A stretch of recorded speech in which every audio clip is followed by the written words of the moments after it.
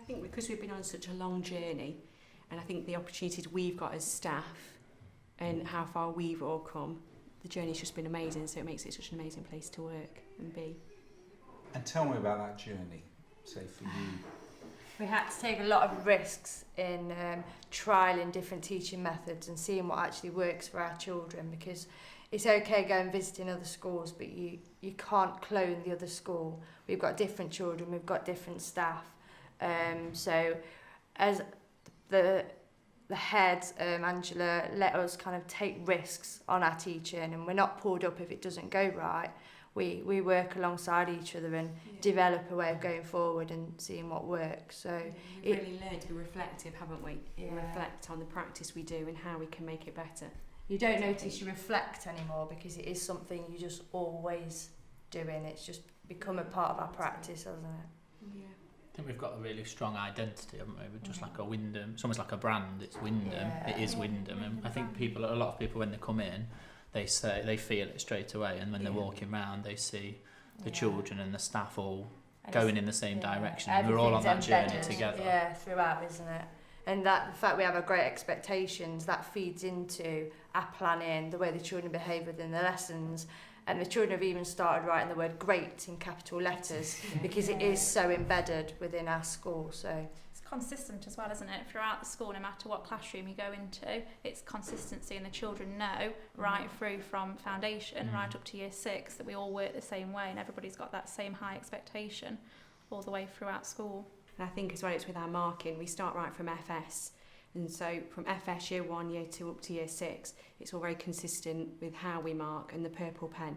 So if we give them an even better if, all the children are expected to respond with the purple pen, which is just pushing their learning on a little bit more and making their progress. So tell me a little more about feedback marking. What are your expectations? What do you see as really good quality feedback marking?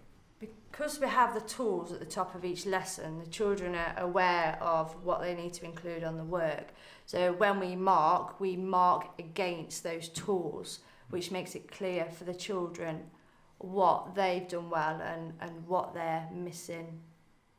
I think it's nice with the tools as well, because we kind of colour code it. If they know that it's very visual as well. If they see an orange mark on next to one of the tools, they know straight away that's something that they've not included in their writing or whatever it is, so that they know straight away that's what they need to try and include the next time. And that would probably be linked into our even better if at the bottom of our work. So you've got the visual aid for them, but also a few words or a couple of sentences further up the school to give them that feedback. And with the even better if, it's normally, it can be like a question, so could you have included connectives, and then we expect them to go back with their purple pen and include the connectives. So it's making sure they're making their work better, so the next time they do a piece of work they know what they've got to include.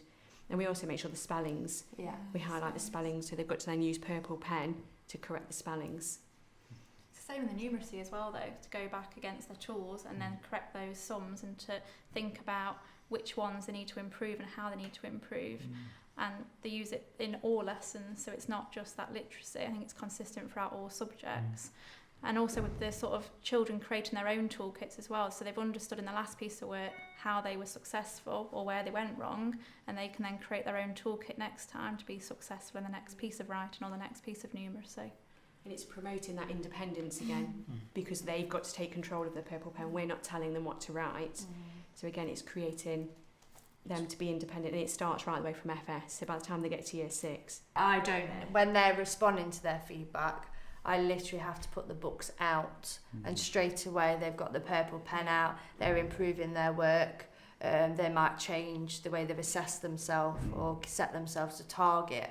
So it has kind of been ingrained into our routine of how we do things. We spoke about, wasn't it? That we've, as staff, we've become good reflectors, but the children are becoming equally as good, and it just becomes natural for them to pick up the book and see what they need to improve. And then it's nice because you then tend to see it in the next piece of writing. If you've given them user connective, then they try to. It's making sure that you're looking at the next piece of work to see if they've understood and are still including it. And are they good at giving peer feedback to Yeah. each Yeah. other. Yeah. effectively. Because again, it links straight back to the tools. They can assess their partner against the tools.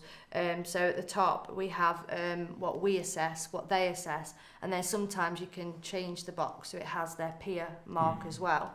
So they can use it as a checklist. And I think they're more critical than we are.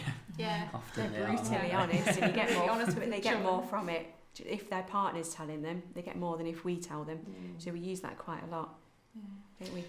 Lots of talk about challenge, I'm hearing. There's a real language of challenge about the place. Could you say a bit more about that and how you've worked at that? I think it goes back to having a safe environment. We make sure that all the children feel safe to take a challenge, and with our great expectations, one of them is to be able to make mistakes and learn from them. And I think that comes in with the challenge. They know if they do it wrong, it's okay, but they've tried. And I think it's every class is the same with the challenge. They're really eager as well, aren't they, to take a challenge, to ask if they can, they'll say, I want to try this, and they're not worried about making that mistake. And it does go back to that safe environment that we've got throughout the school, so they can make mistakes, and they see us make mistakes as well, and we'll do it, and then we know that it's safe for us to make mistakes, and then it's that good modelling again of how it gets dealt with. And it comes to planning as well. We do plan in a way that so we know we are challenging them, because we don't want the lessons to be easy. So as long as we're planning. Yeah, a lot of us, as ICT coordinator, have kind of pushed out using QR codes, and I know of a lot of classes that are using differentiated QR codes in all subjects, not just maths, but it allows the children to take part in the lesson, and if the text might be too challenging or the number sentence might be too tough, they know they can then go and scan the level a bit further down, but it's not as obvious as it used to be, where children were given a top, middle, bottom worksheet. They can make that decision as their learning progresses. So I think that's been something, I think, as a school, especially with the use of the iPads, that we've really taken on, and the children have responded really well to it, haven't they? And I noticed there's a consistency of display for learning around the school. Could you say a little more about that? I think we chose as a staff, didn't we, what we wanted in our classroom. And we've just, with the working walls, because we've got a numeracy, literacy and then a learning journey, it just helps the children with their learning. They know if they're stuck, they can be independent because they can go and get the help from the working walls. They know where to look, don't they, for any sort of help, and they just become independent at going and using them and adding things to the work, or if they're stuck with something, it gives them that bit of support and to increase that confidence, and gives them the confidence to then go back to challenge themselves further. With all classes having iPads now, and the QR codes are there, so the children can be independent and go to the working walls, and in most classes then there are those QR codes up on the wall, and there's modelled writing they can reflect on. It's all those tools they can use to be successful and to challenge themselves in their learning. Yeah, we display the outcomes of each week and what we expect in terms of the learning, so the children know exactly where they're heading to while they're on that journey.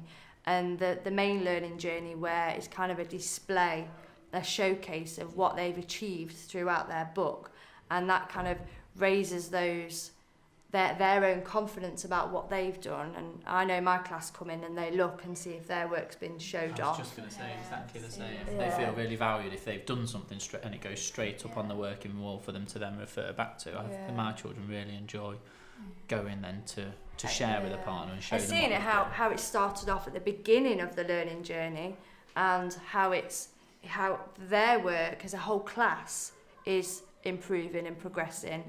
Because it is different children's work, those good examples. Going back to the displays as well, because we've got questions up, there's questions surround all the classrooms, so that helps us then when we're trying to promote good questioning. We've got it around us all the time.